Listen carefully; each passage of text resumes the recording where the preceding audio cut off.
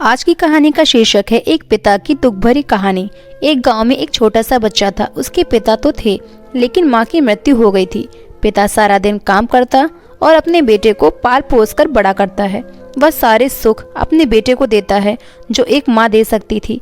उस पिता ने कभी कुछ नहीं मांगा, सिर्फ इतना ही मांगा कि मेरे बेटे को कोई परेशानी ना हो। दिन बीतते गए। बेटा पढ़ लिख कर एक अच्छा जॉब भी करने लगता है और वह शहर में रहने लगता है। कुछ दिन बाद वह अपने पिता से मिलने आता है और कहता है, पापा मुझे कुछ पैसों की ज़रूरत है। मैं चाहता हूँ कि शहर में ही ज़मीन लेकर अपना घर बना लूँ। पिता इस बात को सुनकर बहुत खुश होते हैं। सोचते हैं कि मेरा बेटा है, एक ना एक दिन नाम करेगा।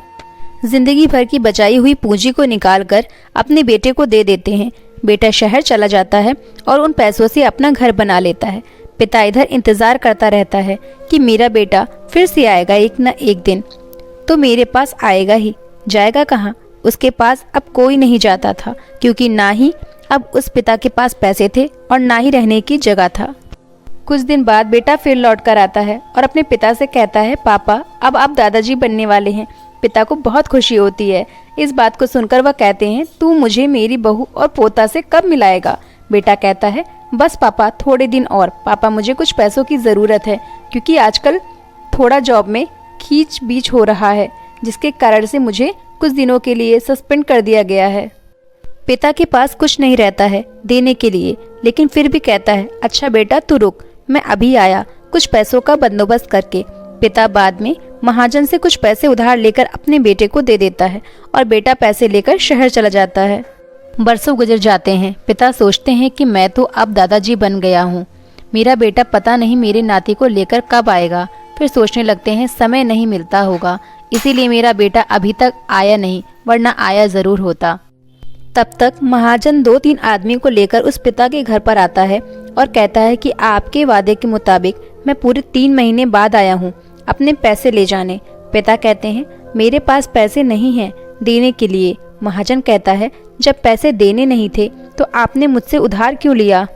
तभी पिता कहते हैं, ठीक है रुको, मैं तुम्हारे लिए पैसों का बंदोबस्त करके आता हूँ। और वहाँ के नज़दीकी अस्पताल में चले जाते हैं और वहाँ जाकर अपना ब्लड डोनेट करते हैं और अपनी एक किडनी बेच देते हैं और उस महाजन का कर्ज छूटा कर देते हैं। किडनी बेचने के बाद उनकी स्थिति और भी खराब हो जाती है और वह उस राह में जी रहे होते हैं कि मेरा बेटा एक दिन आएगा ज़रूर। इस आस में जीते जीते एक दिन पिता की मृत्यु हो जाती है, परंतु उस बेटे को अपने पिता को आग देने का भी नसीब नहीं हुआ। दोस्तों, एक पिता की दर्द भरी कहानी। हिंदी कहानी को पढ़ने के लिए धन्यवाद। आपको ये कहानी कैसी लगी नीचे कमेंट करके हमें ज़रूर बताइएगा।